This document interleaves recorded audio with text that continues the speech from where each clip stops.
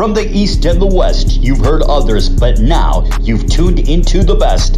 This is a Prime Wave Media production, the NFL Bet Exchange, hosted by my man, Pop DiBiase, the primetime capper, and the Don of Cape Cod, Jeff Dawson. All right, so here we are. And it is time for the NFL Bet Exchange. And as you guys can see, we finally fixed this thing correctly. So Pop DiBiase's at his right window and Jeff's at his right window. But once again, this is the NFL Bet Exchange. It's your host, Pop DiBiase, the primetime capper, and the Don of Cape Cod, Mr. Jeff Dawson. And I'm feeling good. I'm feeling great. How you feeling, Jeff? Week 14.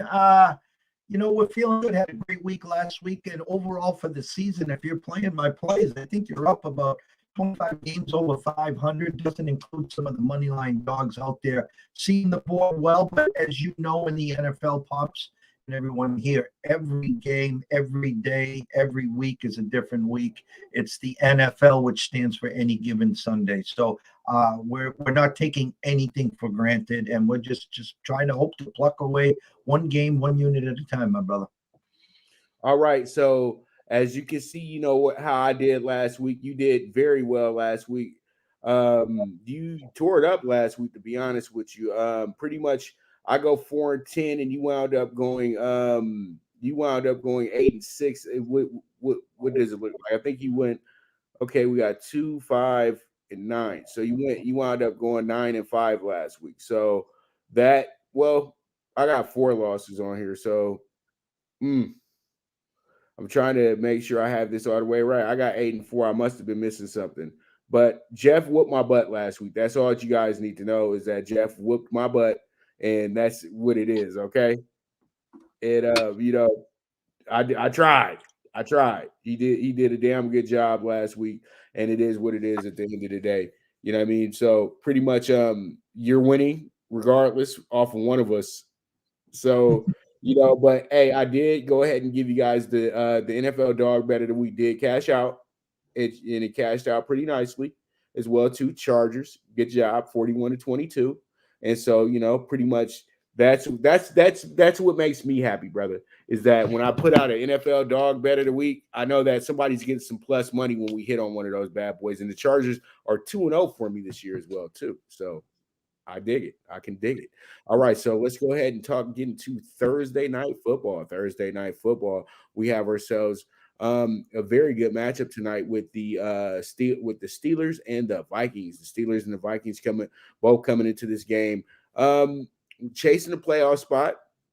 We both know that, and what they're doing here is, I would say, this one is going to be something that we can all go ahead and really get into, because this game is going to be one of those ones that you have two teams kind of going in two different places at this point in time, in my opinion. I think that you have a Vikings team that's more about, just trying to get to that 7th seed. Then you have a Pittsburgh team that's literally still trying to win the division as well too.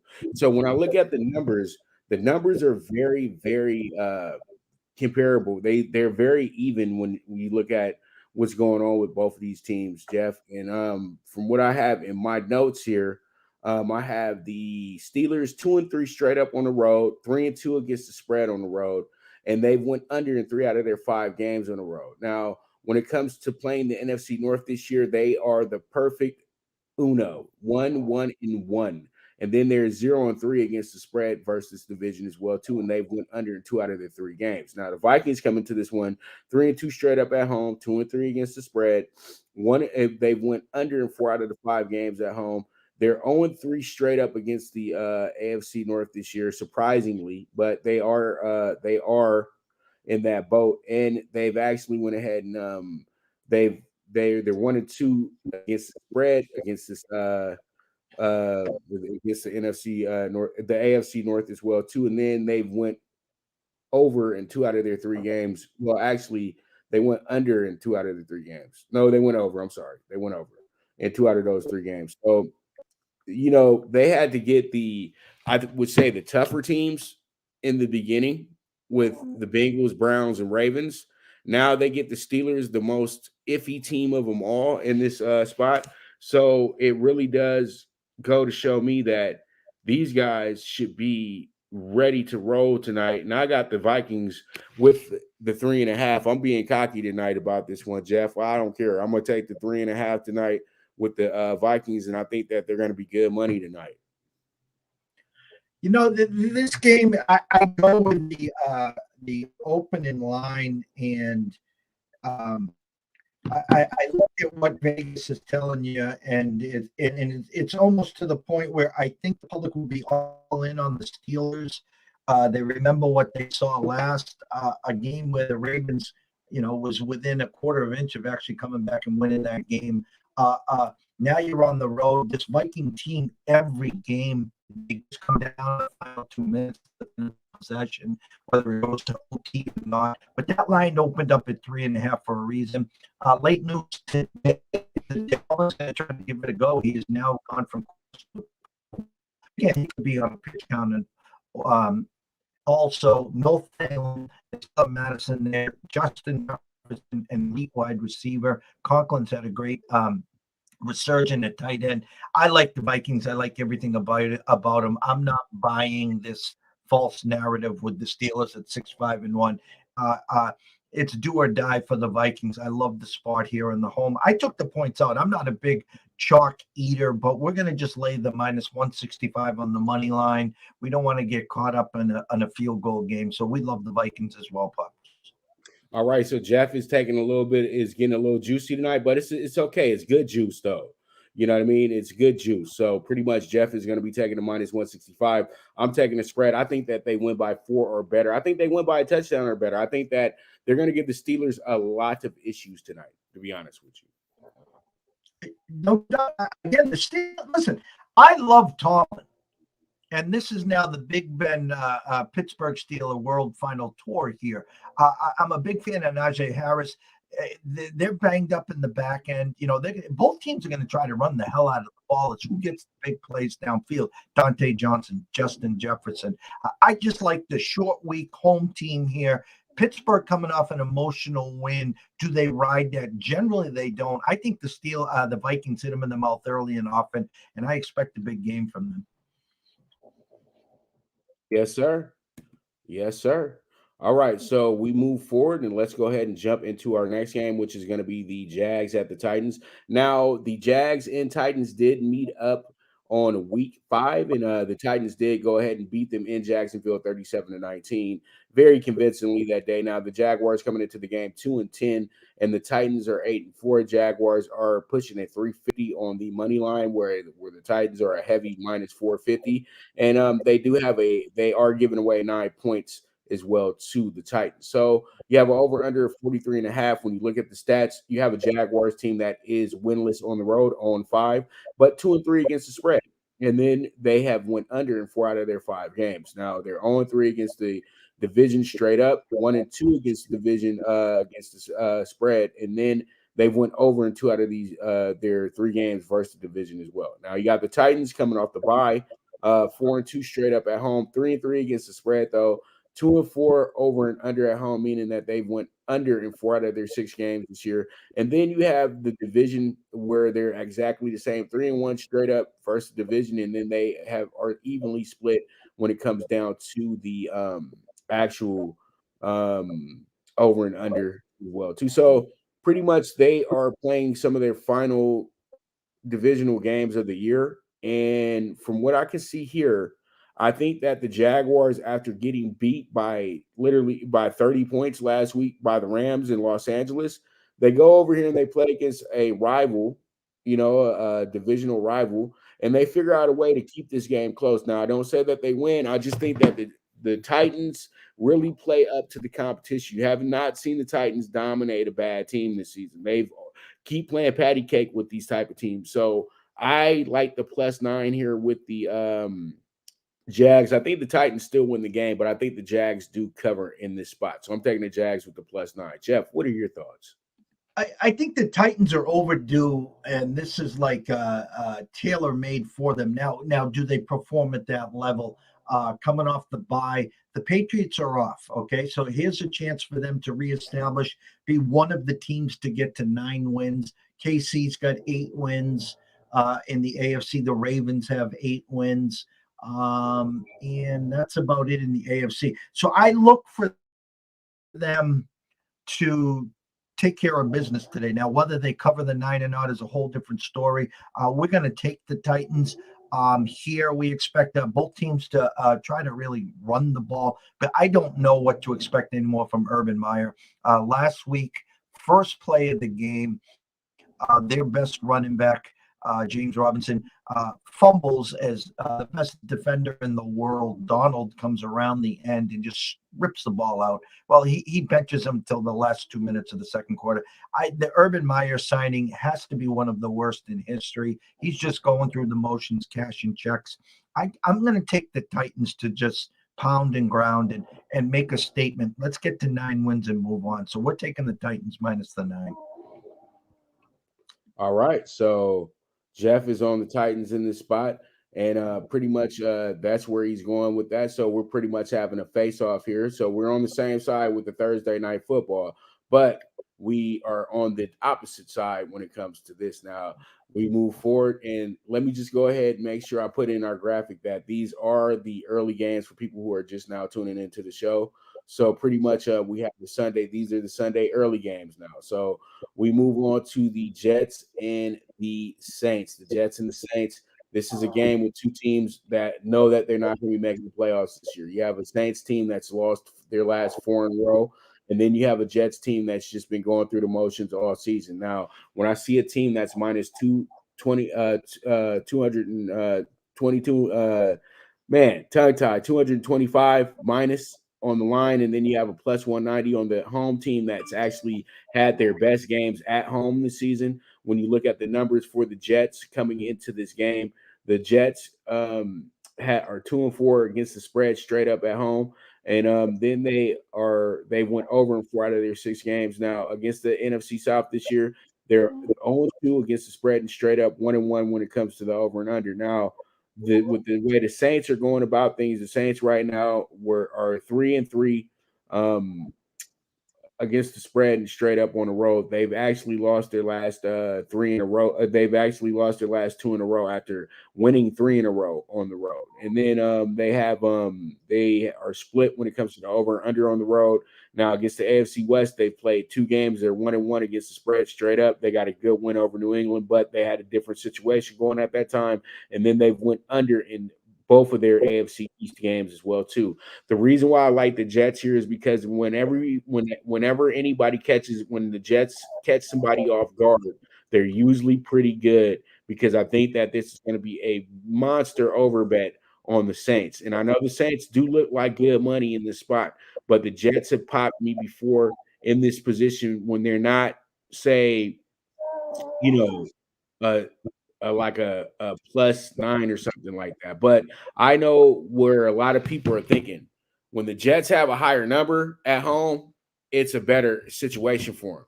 But when they have a number like this, they're saying that the Jets have a possibility to possibly win this game, and usually they haven't performed well in games like this. I think that they snapped back from a bad performance last week against the Eagles team that had Gardner Minshew, who just had a big revenge moment on the NFL, and pretty much put himself in a good position to possibly be on another team to be a starter sometime next year. Texans, go ahead and make it happen. You know what I mean? But I like the Jets. What are your thoughts, Jeff? I like where your head is. We've popped the Jets a few times this year, and they've been profitable for us. But what I have to look at here, Pops, is the computer model is at a 6. The opening line was 5. And what I'm seeing here is 62% of the bets, 86% of the money is flocking in on the home dog, the Jets. Yet the line is now at 5 and 5.5. So I'm showing some reverse line movement on the Saints. I'm not a believer, but I think defensively they will take charge here. If they win the turnover battle, establish Kamara, get the offense going, I think the defense might even get them a pick 6 here. I like this Saints minus a 5.5. I think that they can come in to New York, get out early, have the defense dictate the game, play field position, and I think they have enough to cover this, and they should win by 7 or more, Pops. All right. It sounds good to me. and then we have ourselves the pretty much the game that's going to possibly get the most eyes and talk about it. It already is the Cowboys and the Washington football team. But can I call them the Redskins just one time, just for this one, Cowboys and Redskins, because it just sounds silly when you be like Cowboys and the Washington football team. You know what I mean? Like, seriously, can we get a name already, Washington? Seriously, because we really just keep being like Redskins, but it's okay. Washington football team, I respect the situation and everything like that. So let's go ahead and see what happens in one of the nastiest rivalries in all of football, because these two teams really hate each other, Jeff. You know that too. Like, this goes way back. You know what I mean? So pretty much we do have ourselves a Cowboys team that's 8-4, got a good win last week. You got a Washington football team that got an emotional, exhilarating win last week to push themselves to 6-6 and be right there on the back door of sneaking into the playoffs once again. And you have the Cowboys 4-2 straight up on the road, 5-1 against the spread on the road. Now, when it comes to the over and under, they've actually went under in 4 out of their 6 games. And in those 4 games that went under as well, too, Jeff, they didn't allow 20 points. They were under. They only allowed points in the teenagers. So that's something that you can say, hey, that's pretty good right there. You know what I mean? I think that. And then they have the division, that 2-0 against the division this year, 2 blowouts against the Eagles and Giants, and then they are, when it comes to the over, they went over in both of those games as well too. Now Washington comes into this game winners of 2 in a row at home and winners of their last 4 straight. So pretty much they are feeling good and feeling great coming into this week, but they are 2-4 against the spread at home, and they've went under in 4 out of those 6 of those games. Now they are fortunate to only play 1 divisional game, but the funny part about it is their last games of the season are all divisional games. I looked at it last night. I said, damn, Washington doesn't play anybody else but everybody in the division. And so they got 2 against the Cowboys, 2 against the Eagles, and 1 more against the Giants. And they are 1-0 straight up in the division, but they're on 1 against the spread, 1 by 1 point. We're favored by a bit more against the Giants. And then that game went over as well, too. So I look at this one and I say to myself that a lot of people are going to come into this with the idea that Washington's the hot number. They are the team, blase, blase, blase.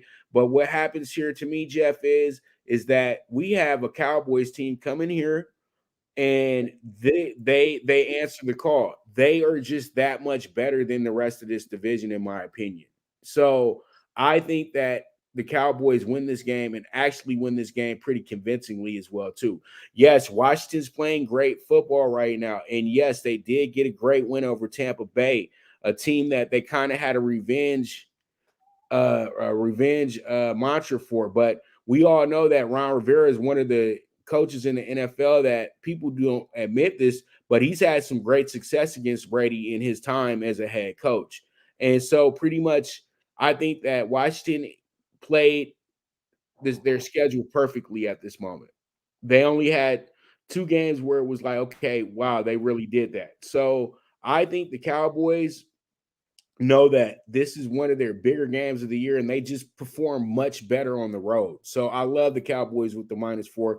Let's see how it goes. Let's see how it shakes out, and we roll from there. So what's your thoughts, Jeff? I'm sorry.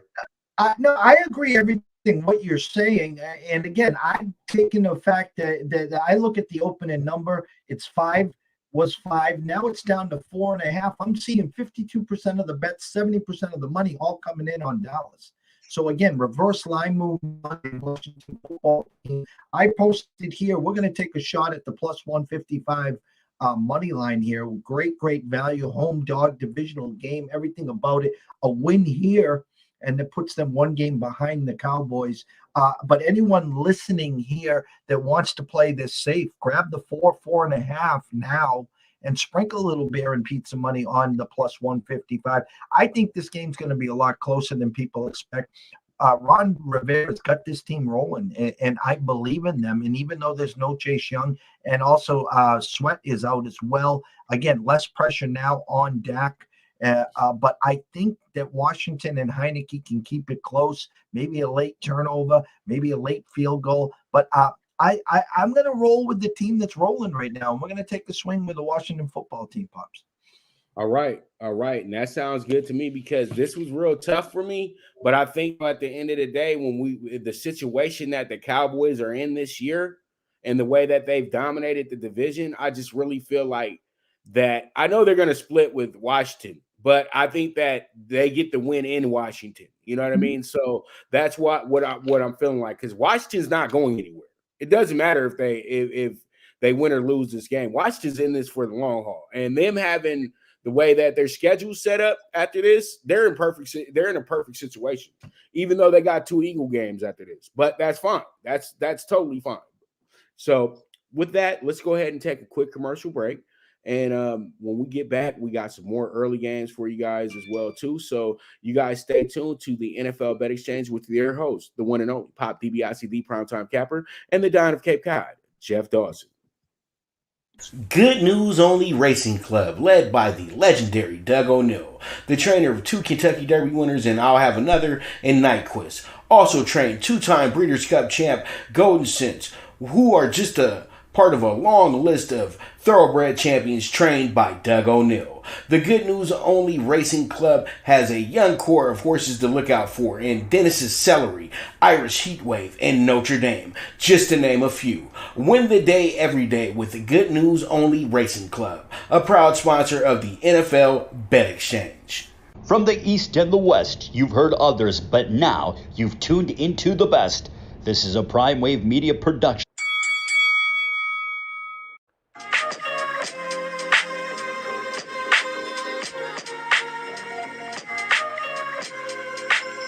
Tune into Big Wave Boxing every week with a brand new guest with the one and only Pop DiBiase, the Primetime Capper, getting the best boxing stories, best boxing angles, and the truth when it all comes down to the sweet science. Tune in to Big Wave Boxing on the Prime Wave Media channel on YouTube.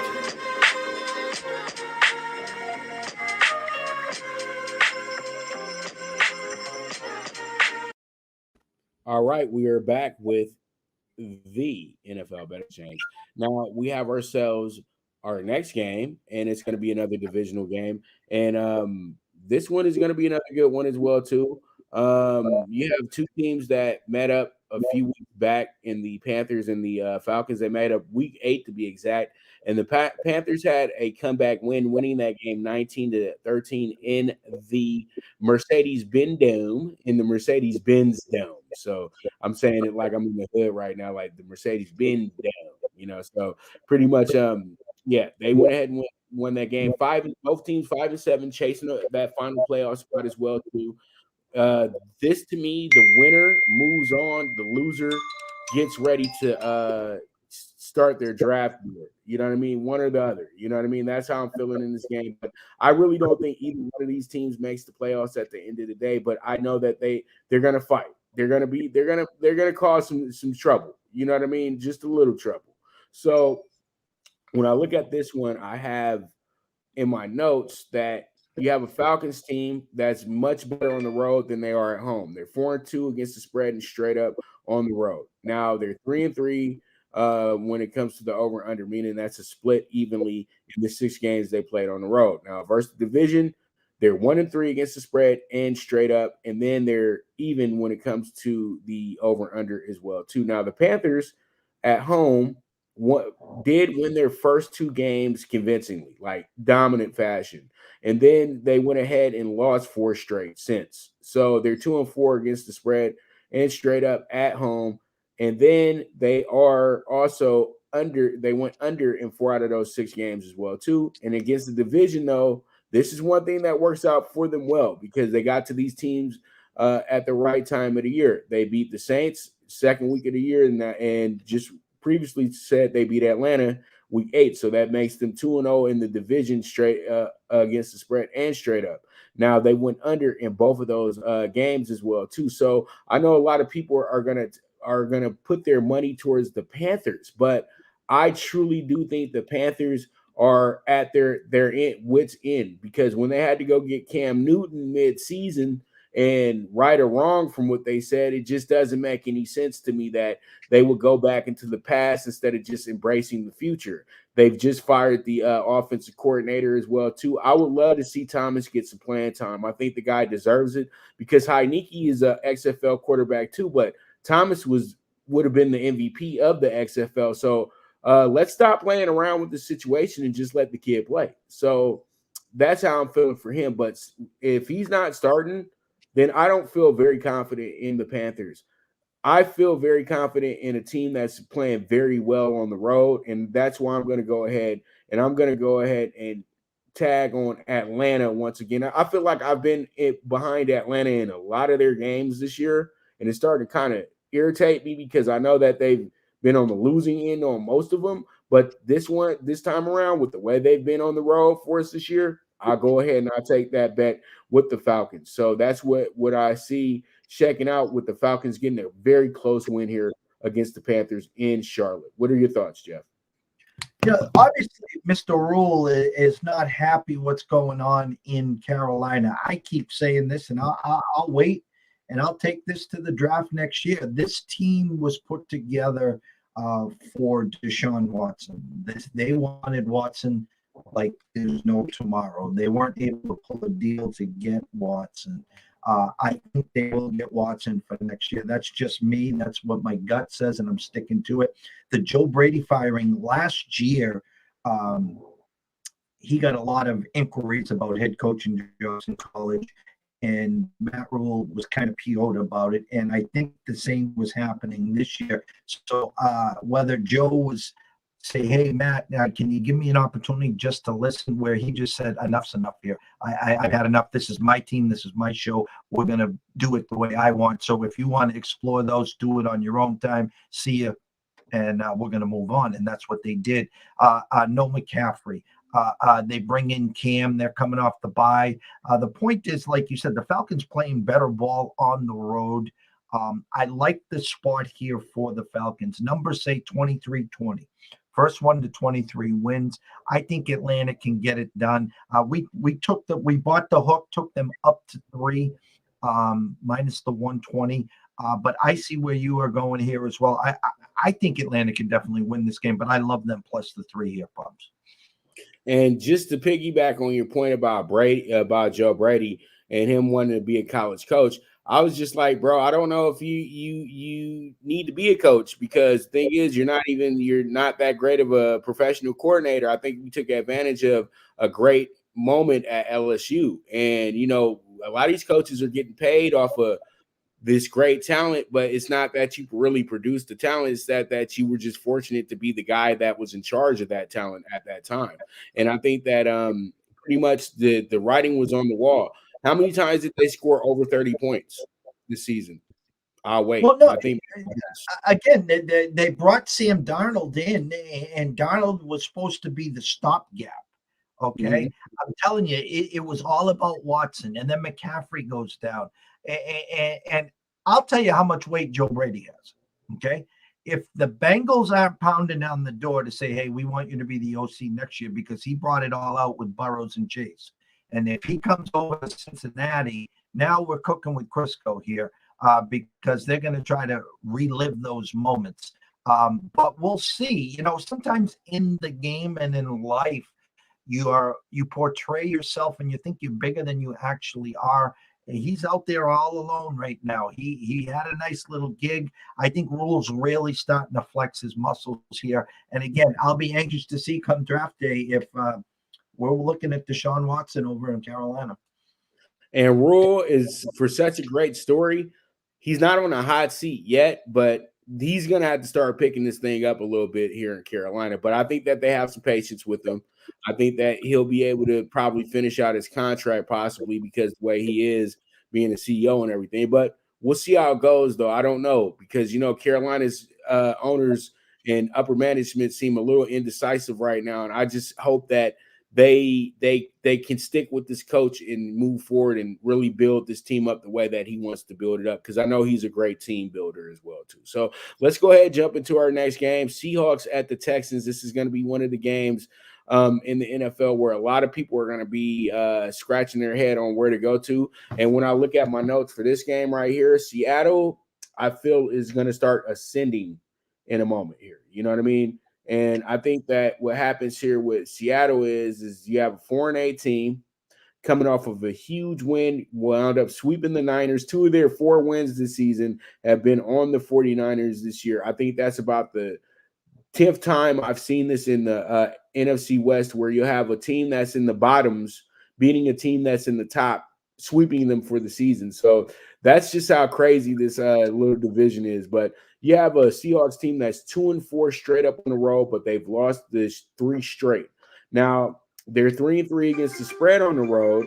And then when they play the AFC South this season, they're 2-1 against the spread and straight up. And then when it comes to the over and under, they're 1-2. Now, they did have 2 double-digit wins against these AFC South opponents, and they were on the verge of getting a double-digit win against the Titans until they fell apart in the second half. So I think that the Seahawks have this division's number, and when you have a Texas team that's 1-5 straight up at home, have losers of 5 in a row, we know that they won opening day, but they haven't won anything since. But this is one thing that bettors can look at and say that they're 3-3 against the spread at home, and then when it comes to the over and under, they are split. Now, against the NFC West this year, they are 0-2. Now, they're 1-1 against the spread, though, and they did cover against the Rams in Houston as well, too. So that's something to look at. And then they are even when it comes to the over under. But this is an easy call for me, though, Jeff. And it's not because the Texans are just a bad team. It's just simply because I feel like the Seahawks are going to try to make a move right now to get back to try to solidify themselves in that final playoff spot. Because all in all, if they were to say win out and finish 9-8 and San Francisco finishes with the same record and they're the 2 teams looking at that final playoff spot, then San Francisco's out. So they have some motivation to get to where I know Jamal Adams is out, but that's okay because they can replace Jamal Adams because that's what Pete Carroll does. You know what I mean? And I think that, at the end of the day, it might be a blessing in disguise as well, too, because he is a me first guy. In my opinion. So I like the Seahawks with the 7.5 here. Jeff, what are your thoughts? It's a game that, the numbers trending up to 8.5 right now. I'm seeing all over the Vegas Strip.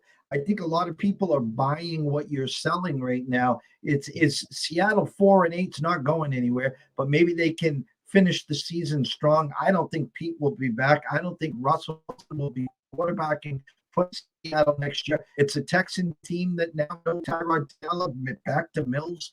They get rid of Lindsey 2 weeks ago. It's a team just a mess. We took a swing with the Texans +8 here. I'm telling everyone watching and listening, it's up to 8.5. If you hold out, you might even get 9 by kickoff.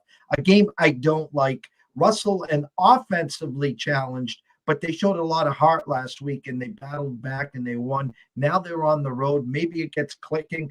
Could be a big day finally for Metcalf and Lockett. We're on the Texan side, but it's a game we don't feel strong about at all, Pops. All right.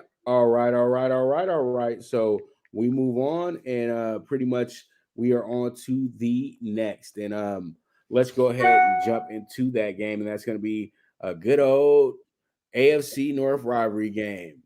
Old Browns versus the new Browns. I don't even like doing that anymore because the Ravens have pretty much established themselves over the last. It's been 20 years. It's been 25 years already.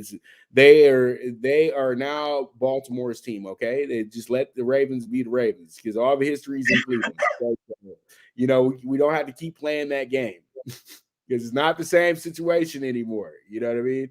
They're a franchise that does things the right way, and this is a franchise and the other franchise is one that does things the wrong way. So it is what it is at the end of the day. And they weren't doing the right things when they were the Browns. They didn't start doing the right things until they went to Baltimore and let Ozzie Newsome be in charge of the show. So pretty much we have a Ravens team +110 coming in here as a slight doggy dog.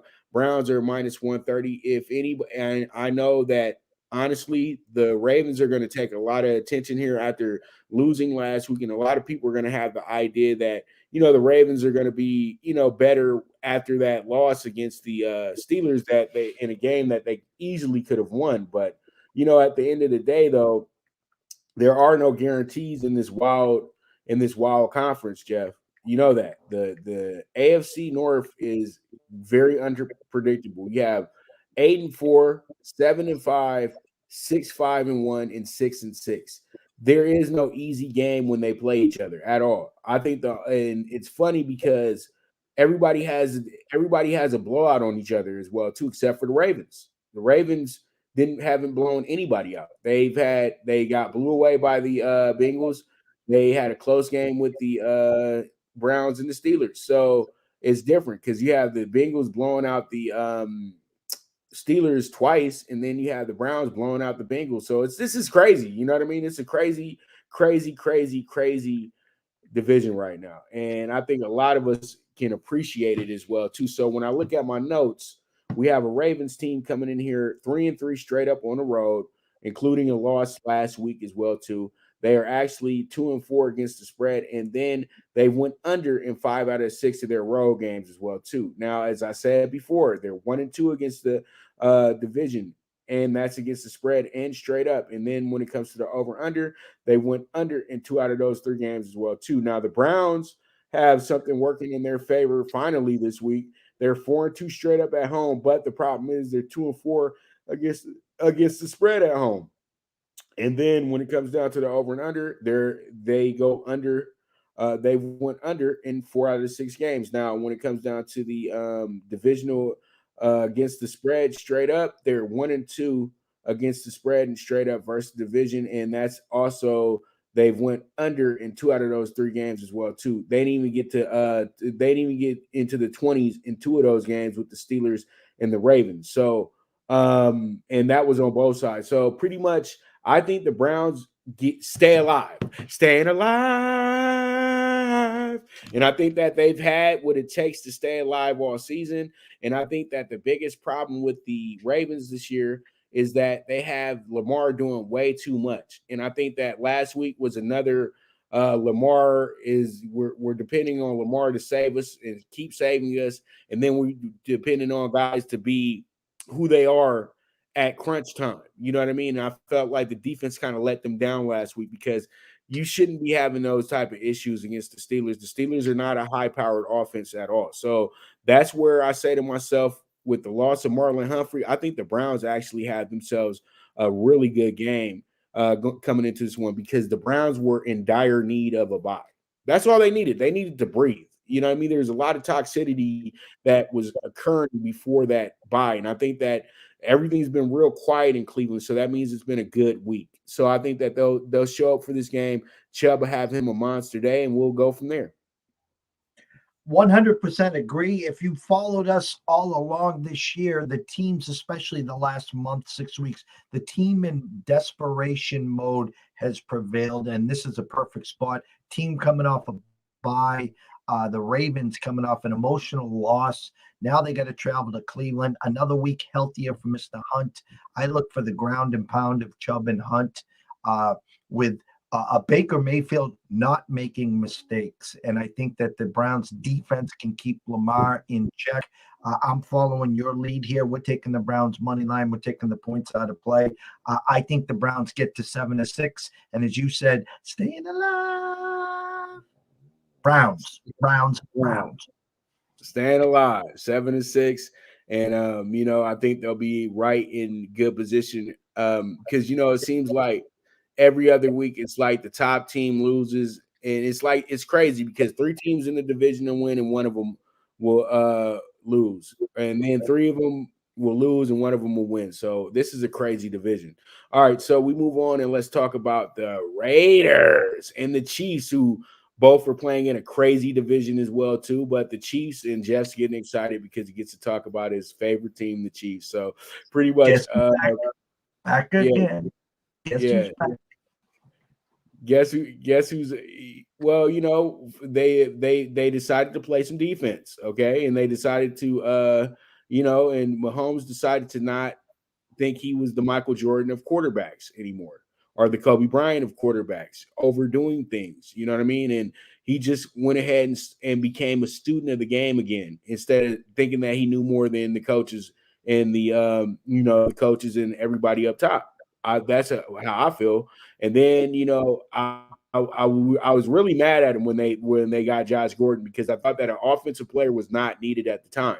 I thought that they needed to add a defensive player. They went ahead and did that by adding Melvin Ingram, an old rival from the Chargers. So that's been able to help them out immensely moving forward. But you know what?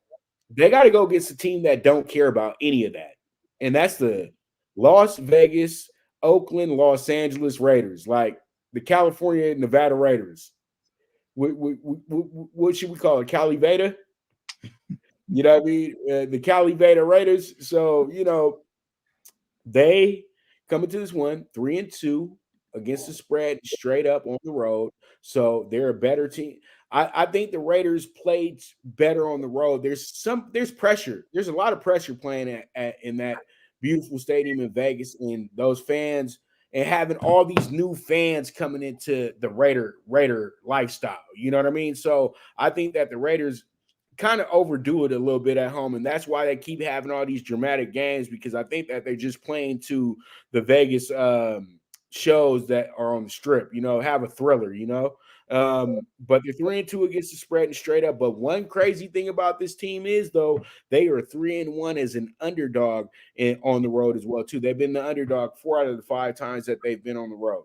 Now they are on the over and under. They went under in 3 out of their 5 games on the road. Now against the division 1-2, okay, and they did lose to the Chiefs week 11, losing that game 41-14 in Vegas. So they come back around and they try to they've had overs in 2 out of those 3 games as well too. Now when you have the Chiefs, they're 5-2 straight up at home, winners of 4 straight. Okay. Now when it comes to the spread at home, though, they're 2-5, but they've covered the last 2 in a row after a 0-5 start. Now, when it comes to the over and under at home, they are 2-5, but the thing is, though, their last 4 games have went under. So for all the over and under bettors, that's something to go ahead and duly note. Now, against the division, they are 2-1 against the spread and straight up.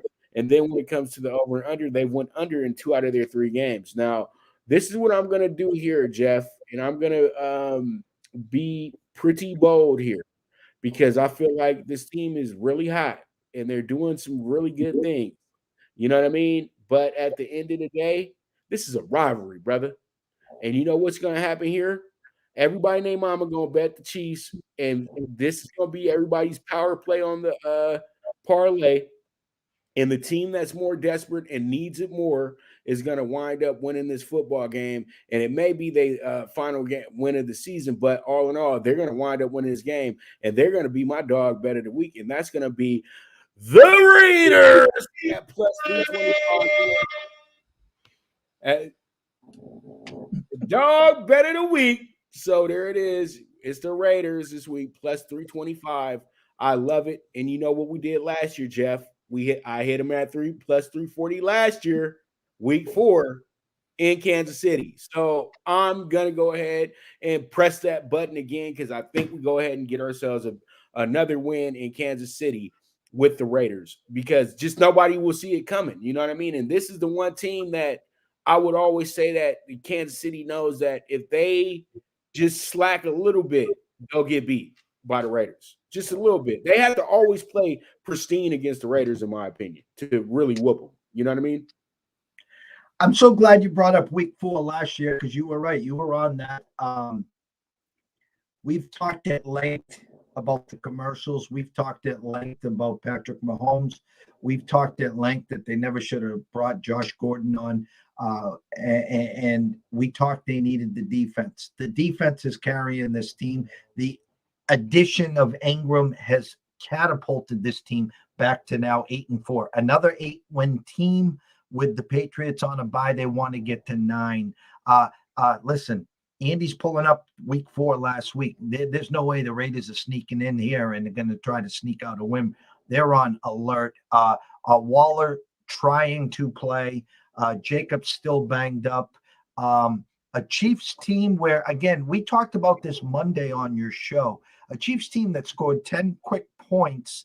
How? Establishing Clyde Hilaire, establishing Williams. And then Mahomes took over the game. Pringle drop, Kels drop, Pringle drop. Again, you guys, let your defense do the work. Let you establish CEH, establish Williams, and then pick your spots. Tyreek with only 2 catches. I guarantee you he has 2 catches or more in the first 2 drives on Sunday.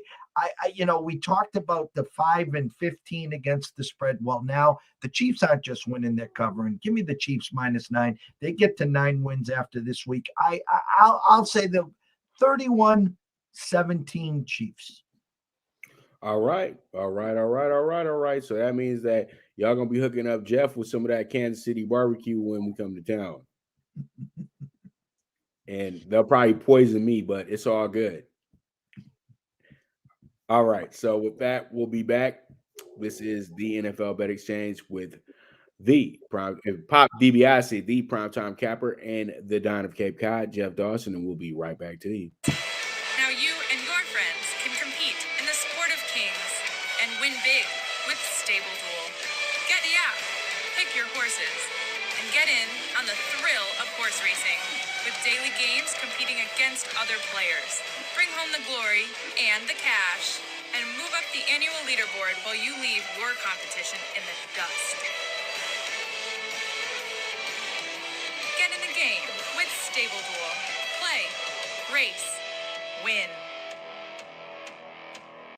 Good News Only Racing Club, led by the legendary Doug O'Neill, the trainer of 2 Kentucky Derby winners, and I'll have another in Nyquist. Also trained 2-time Breeders' Cup champ Golden Sense, who are just a part of a long list of thoroughbred champions trained by Doug O'Neill. The Good News Only Racing Club has a young core of horses to look out for in Dennis's Celery, Irish Heatwave, and Notre Dame, just to name a few. Win the day every day with the Good News Only Racing Club, a proud sponsor of the NFL Bet Exchange.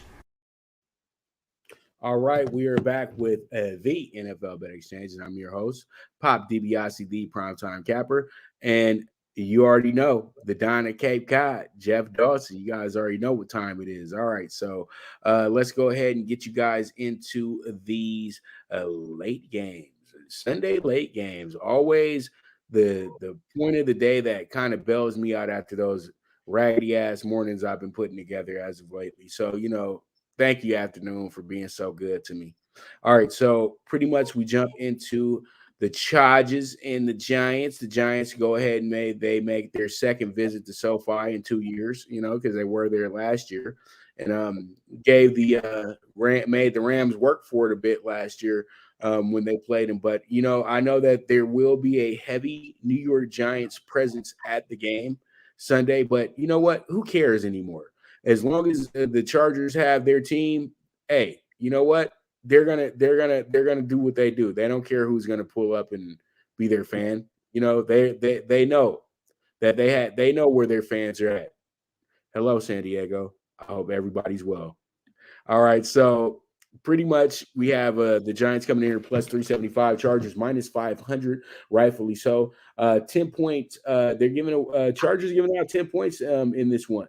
That's a lot of points for a team that has been having a couple of little issues on the road as of late. Now, yeah, I mean at home, not on the road, but the Giants are 1-5 straight up on the road.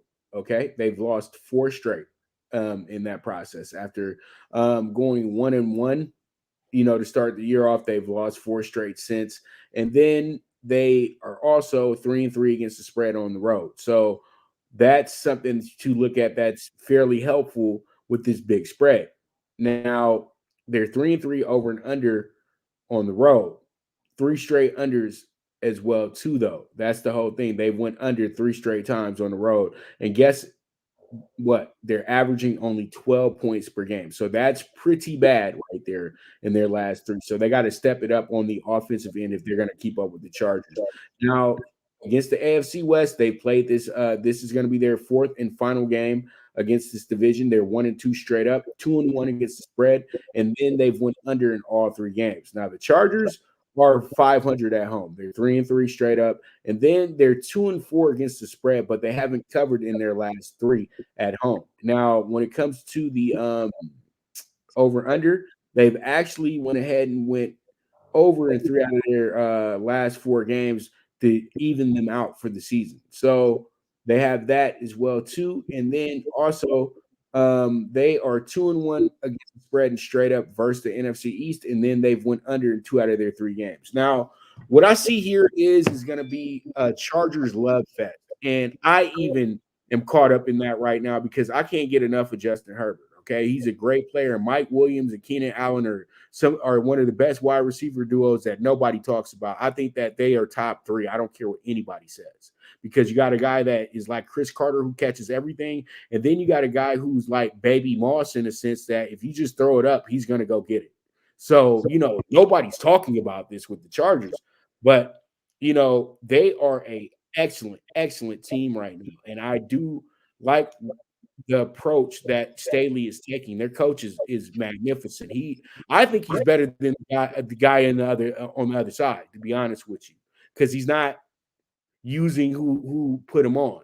He's just coaching football. You know what I mean? You always hear me say, "Oh yeah, I was with Gruden," and "Oh yeah, I was with Gruden." Both Gruden. So they ain't really nothing to brag about no more in the NFL. So all in all, rant done. I'm going to take the Giants. I think the Giants are going to be good for us.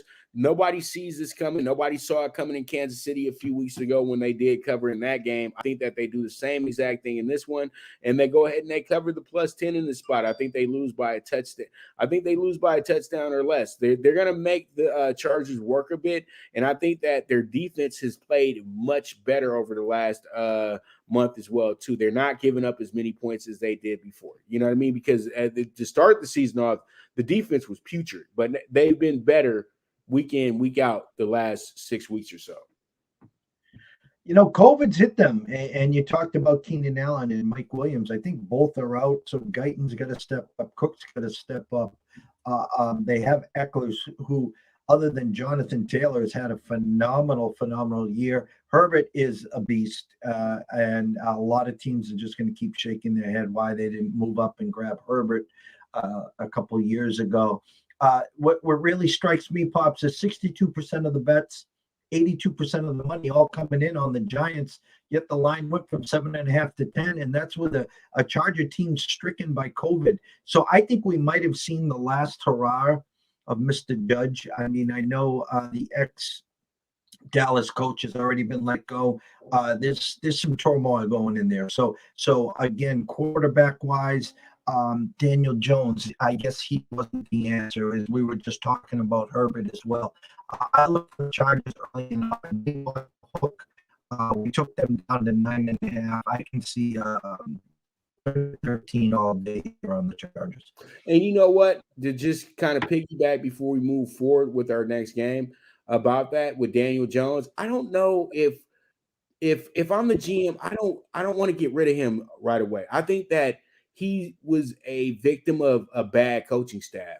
You know what I mean? And I think that we give him another chance, another year or so, to see if he can do anything. Or if we're going to move on from him, we figure out a way to move him to somewhere like Houston or somewhere like Denver, to where he'll be able to. I think that he's good enough to be a starting quarterback in this NFL. He just has to have some organization. You know what I mean? He's a Duke guy. You know what I mean? And they got to have some. They have to have coaches that have it together. And I don't think Judge ever had it together. Cleveland Browns. Cleveland rocks. Cleveland rocks. Hey, Cleveland does. I think that him and Stepnoski could be a perfect fit. They're both really smart guys and everything like that. And you know what? Daniel Jones might be the best fit for the Browns because he doesn't talk. He doesn't go in the media and get into his feelings. And I think that Browns fans are kind of growing tired of that because they're not getting the results that you're supposed to get. You know, when Bernie Kosar, when he used to go on the stand and talk his thing and do his thing, that was because he came off a 30-point victory. Okay, it wasn't because he came off of a 6-point loss and stuff. You know what I mean? And you winning and losing every single week, and it's starting to just it's wearing people out. You know what I mean? So it is what it is at the end of the day. We move on. let's go ahead and talk about the Lions and the Broncos and everybody.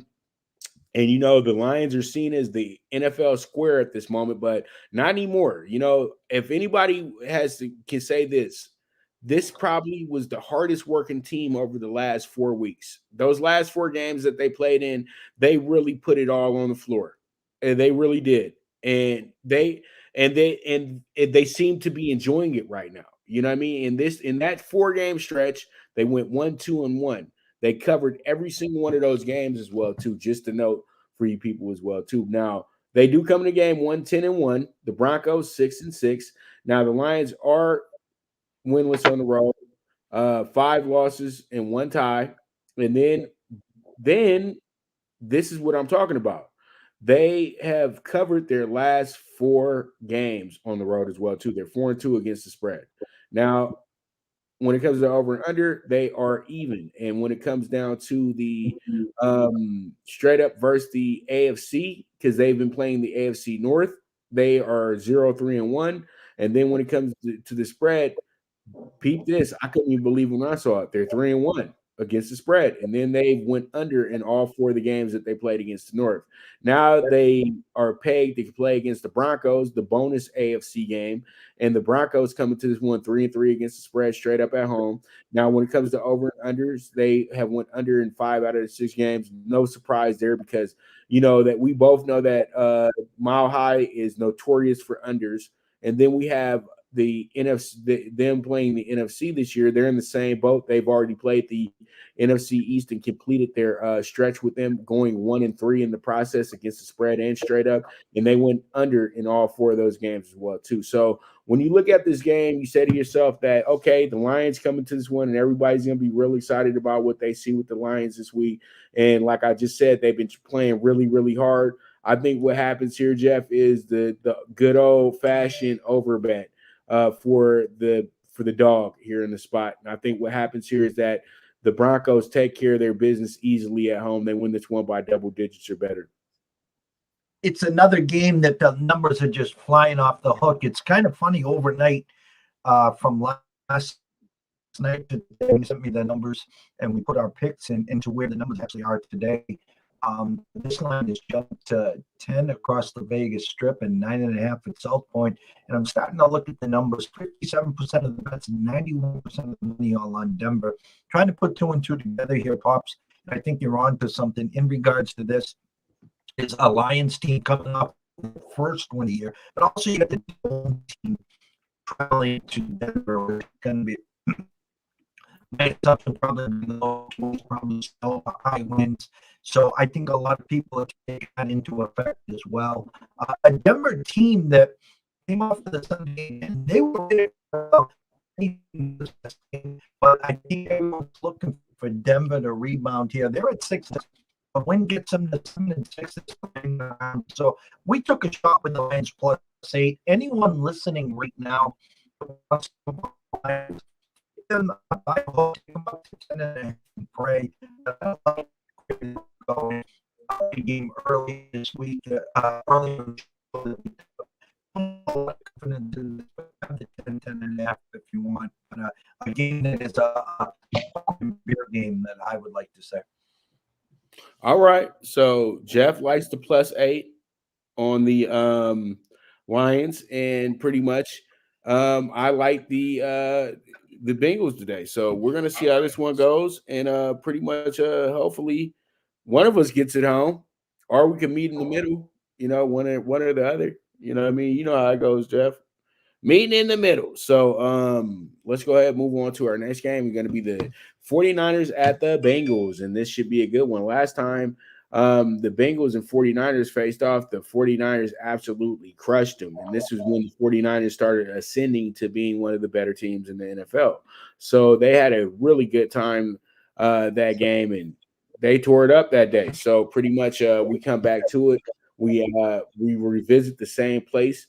where they played at before, which was in Cincinnati. So you have this coming in here where you have the 49ers who are 6-6 on the year. You have the Bengals 7-5. Both are in playoff position right now as well, too. You have a 49ers team that is really good on the road, 4-2 straight up.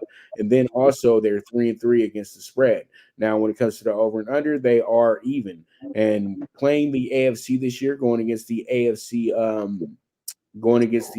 this season, they're 1-1 against the spread and straight up, and then they are 1-1 when it comes, and then they've are even when it comes to the over under as well too. So they are a team I feel can really shake up some things right now as well too. The San Francisco 49ers for the Bengals, like they can really put the Bengals on a slide that they did not see coming, but the Bengals have done something I've never seen them do really in my lifetime, and that's not lose consecutive games. They win one and lose one, but they don't lose two in a row. They haven't done that all season. So that's one thing that a lot of people are going to be banking in on. But I just didn't like the way that this team looked last week. And I feel like when teams are real physical, like the 49ers, they give the Bengals fits. I'm not and I'm going to just be honest with you. I think they're a little soft, to be dead honest with you. The Browns dropped 41 on you because they're a big, physical, beat you up type of team. The Chargers dropped 41 on you because they're a big physical type of team as well, too. And even when the Bears played them earlier this season, and I know it was only 3 points, the Bears dominated the game, and they out physical them as well, too. So I think that when Burrow is under a little bit of distress, he's not A1 like a lot of people predict him to be. You know what I mean? I think that he's still figuring that part out, because I think that pressure is something that has been a big problem with, his progression, and that's not 100% on him. His offensive line is still suspect, and I think that they need to address that in free agency and the draft next season as well, too. But when it comes down to picking a winner for this game, San Francisco all day. I think San Francisco absolutely takes care of their business. I think that they, just as I said before, they're so physical, and they're going to be running the ball, and they're going to be playing really good defense in this spot. I think that this game's not even going to be close. San Francisco by a mile. Let's go. What are your thoughts, Jeff?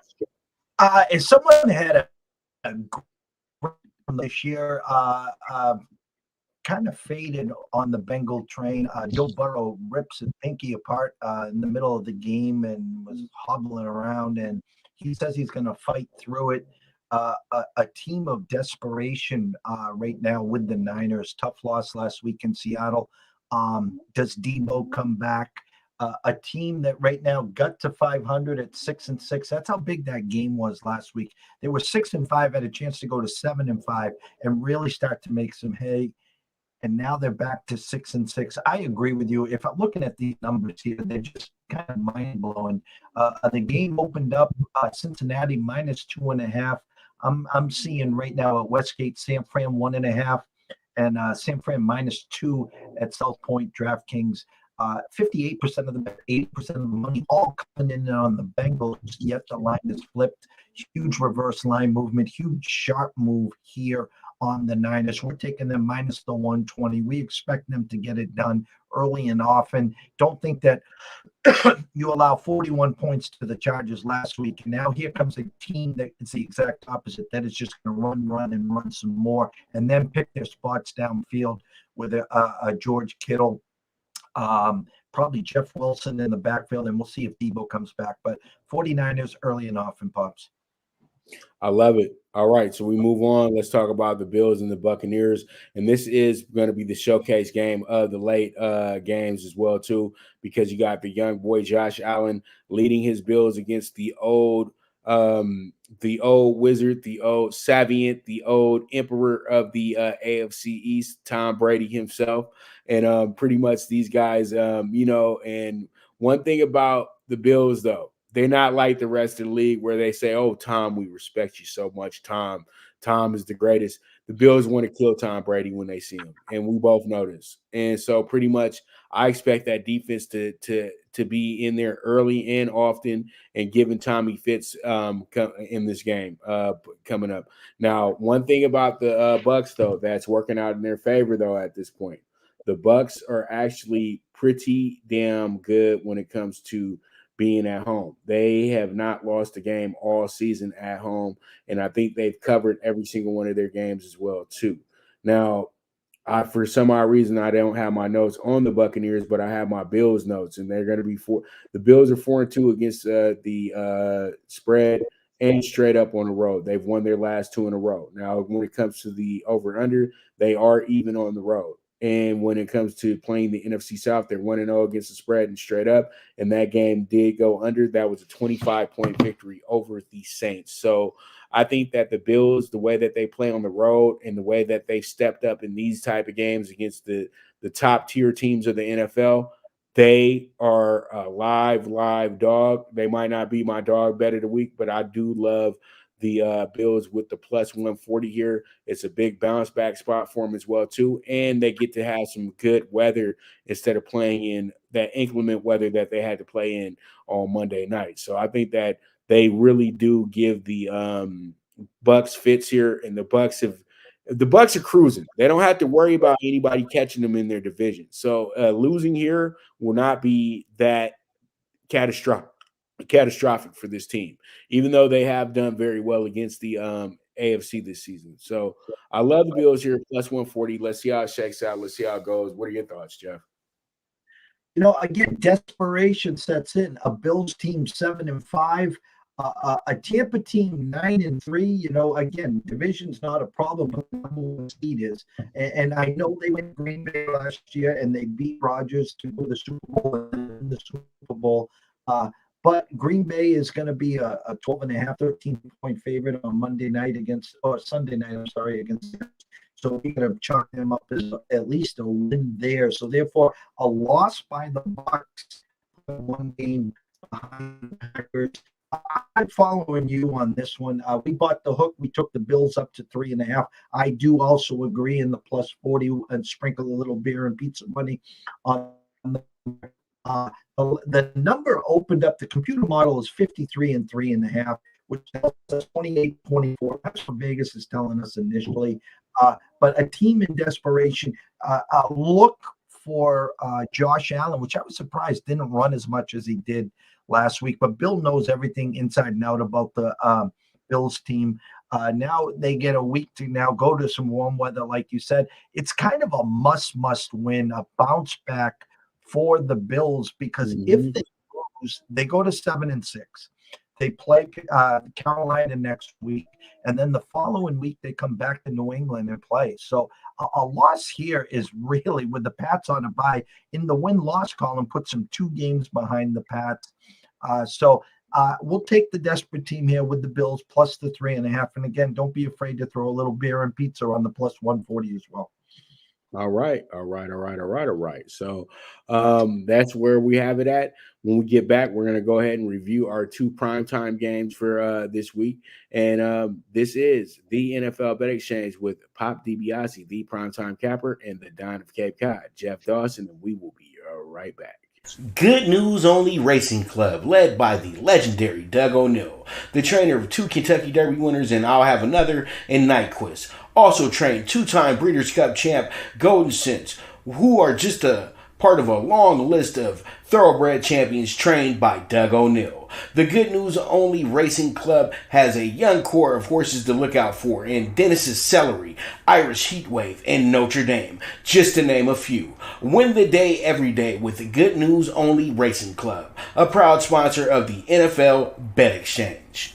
From the East and the West, you've heard others, but now you've tuned into the best. This is a Prime Wave Media production.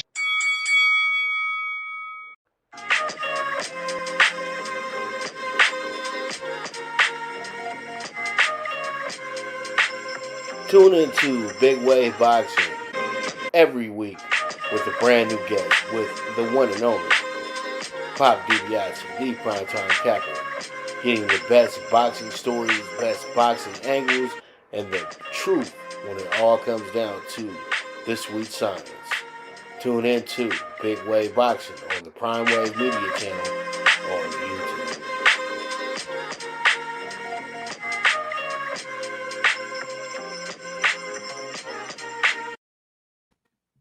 All right, we're back with the NFL Bet Exchange. I'm your host, Pop DiBiase, the Primetime Capper, and my co-host, the Don of Cape Cod, Jeff Dawson. And let's go ahead and review this Sunday night football game in the oldest rivalry in all of the NFL, and that's between the Giants and the Bears. I mean, not the Giants and the Bears, but the Packers and the Bears, man. So pretty much you got the I want to throw out their original name, you know what I mean? Because these two teams I think the Packers had a different name in the beginning. The Bears were always the Bears. So pretty much, Hallis and Lambeau's boys, so we have a Bears team coming in here 5-1 against the Packers, who are minus 700. So that's another get me home parlay play with the Packers, most likely, for people. So these two teams have already played each other this season, to be exact, and the Packers did win that game 24-14 in Chicago, with Aaron Rodgers screaming out, "I own you guys." So pretty much the owner of the Bears is playing against them on Sunday at home at Lambeau, a place where they have pretty much cooked everybody this season, Jeff. Like literally, like everybody has had. I'll just say it in a minute when I get to them in the notes. But the Bears 2-4 against the spread and straight up on the road, under in 5 out of their 6 games. No surprise there. Then against the division, they are 2-1 straight up with those 2 Detroit wins, but they're 1-2 against the spread versus the division, and they've went under in all 3 of those games. Now the Packers at home, lights out, 5-0 against the spread and straight up. Also, they have 4 double-digit wins as well too. So that's something to look at. So you're coming here and you be ready to be blown out. That's pretty much what the case has been when you come to Lambeau this season. And then when it comes to the over under, they went under in 3 out of those 5 home games as well. And then also against the division this year, they are 2-1 with that 1 loss to the Vikings, but they played everybody in the division already. They're 2-1 against the spread and straight up, and they've went under and they went over actually in 2 out of those 3 games versus division. Now, when I look at this, I know that Justin Fields is coming back, and they only beat him by 10 last time and all that good stuff, but they still had Khalil Mack at that time, and they still had other guys on that defense that are not going to be in this game on Sunday. So I truly do think that the Packers continue their dominance at Lambeau, and they absolutely blow away the Bears. So I'm taking them with the minus 12.5. And I don't like doing this, Jeff, but I'm going to do it. It makes all the sense in the world. Just basic numbers here. I was crunching some numbers as you were talking here. An under-over that's down to 43. So just do the math. I mean, they're telling you that the Bears are going to be probably scoring 13 or less. I mean, now when you look at it from that perspective, I mean, even if you hold Rodgers and company to 27 with a 13-point spread, okay, so that's your 27-14 with an under over of 43. So you're kind of in the ballpark. So you got to look at it this way. Can the Bears hold the Packers to 27 or less? And if that's the case, your magic number then becomes 14 or better for the Bears. So do the Bears get to 14? Can they get to 17 or magically get to 20?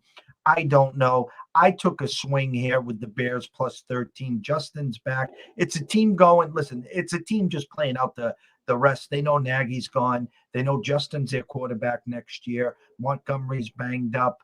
Allen Robinson's been a no-show all year. They're just playing out the season. It's a tough spot for them. We're going to take the number and pray. But again, if you're backing the Bears, take a look at the team total. If you're getting a 12.5, if you're getting a 10.5, or they'll probably have it at a 14.5. So do they get to 17? But we're going to take a swing. Again, this is the third game that we're taking the dog that we really don't like. But it's a take the points and pray, Pops.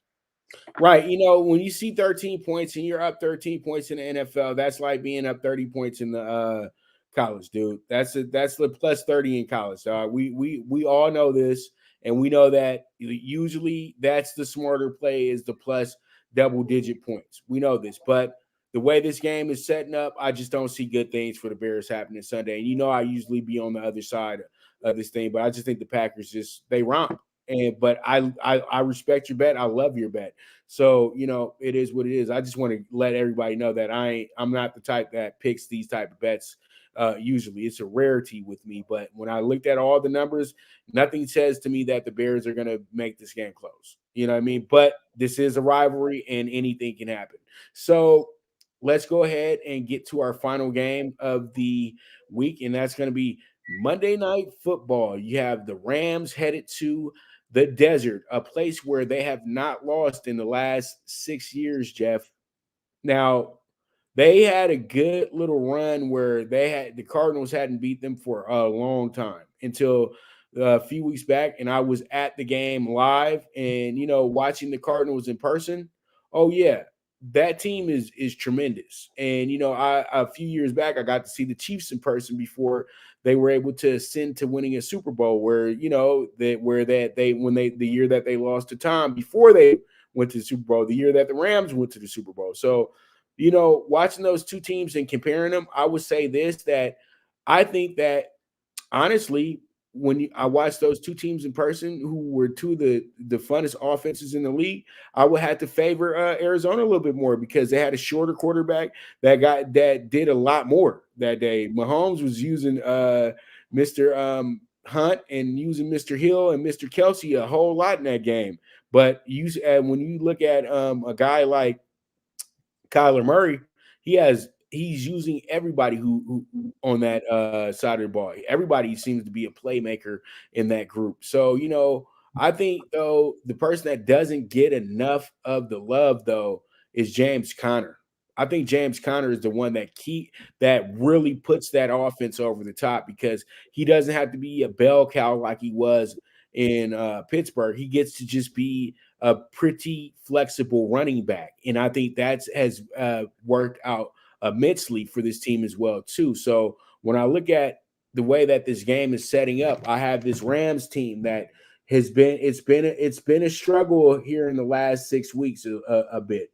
After having such a great start, they were 7-2 to start the year, Jeff, and they've actually dropped their last 2 out of 3. I know that's not a big deal or anything like that, but still, they're right up there in the upper echelon of things, and they keep figuring out ways to shoot themselves in the foot. And if you're a Rams fan, you don't like that. So when I look at the straight up on the road, they're 4-2. They've lost the last 2 in a row, but this is the problem.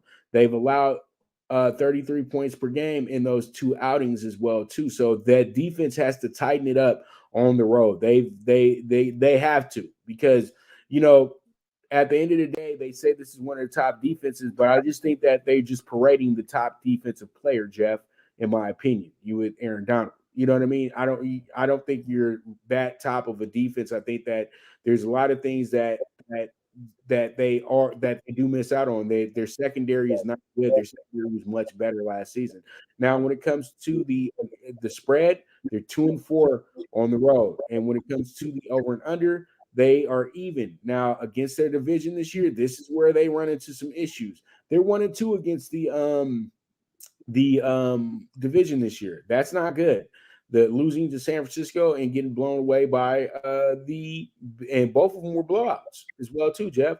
And they gave up 30 points in both of those games as well too.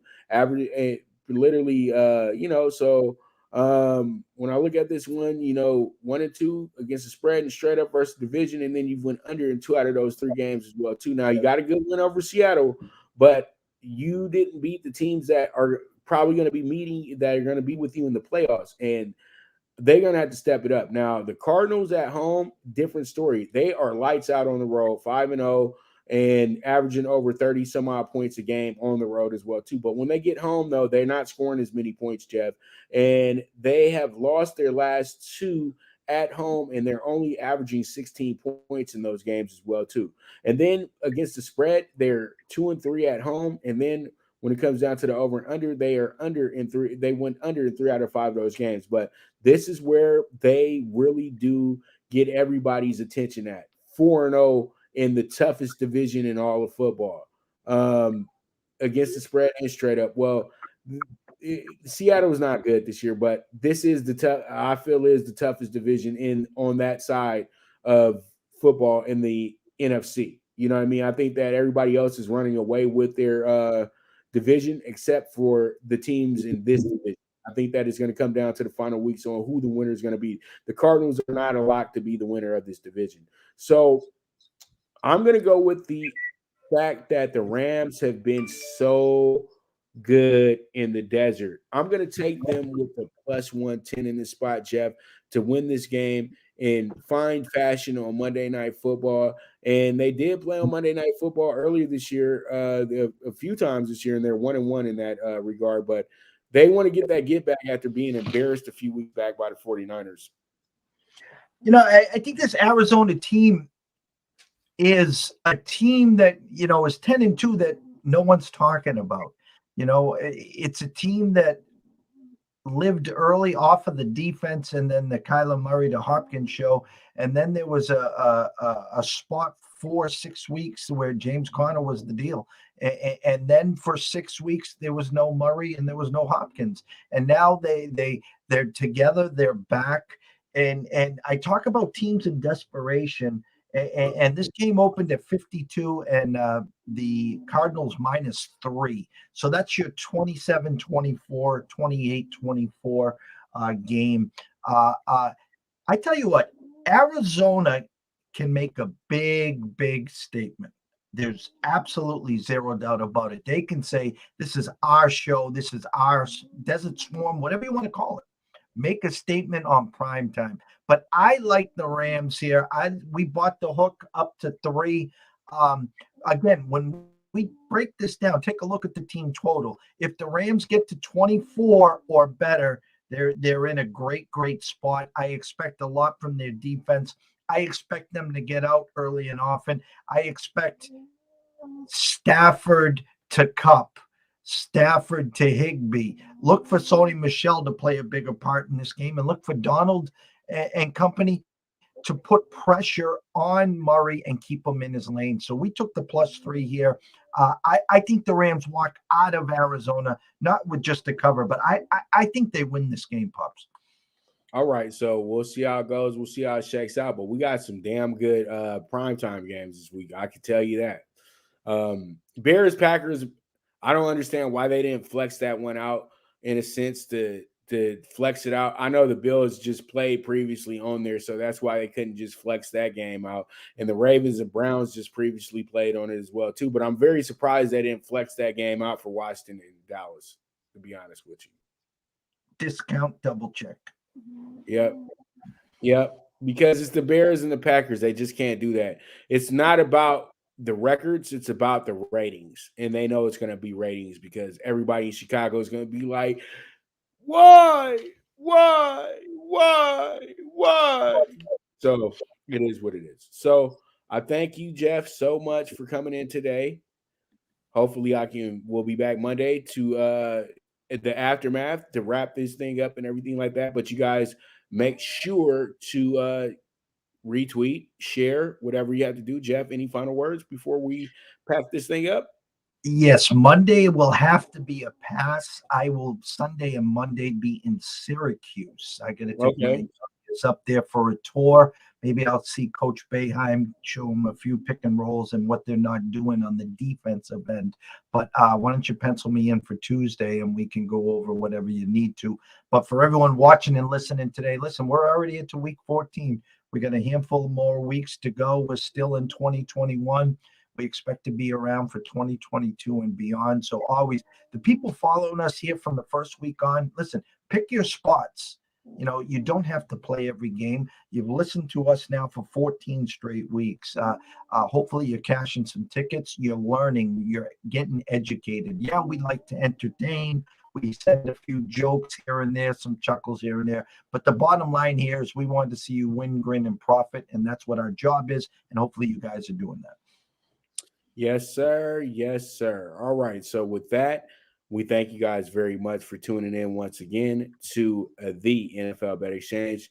I'm your host, Pop DiBiase, the Primetime Capper, and my co-host, the Don of Cape Cod, Mr. Jeff Dawson. And we bid adieu. You guys be beautiful, and we'll be back to you next week. week for Week 15. Thank you for tuning in to the NFL Bet Exchange, where the sharpest bets are laid. This show was produced by the Prime Wave Media Group.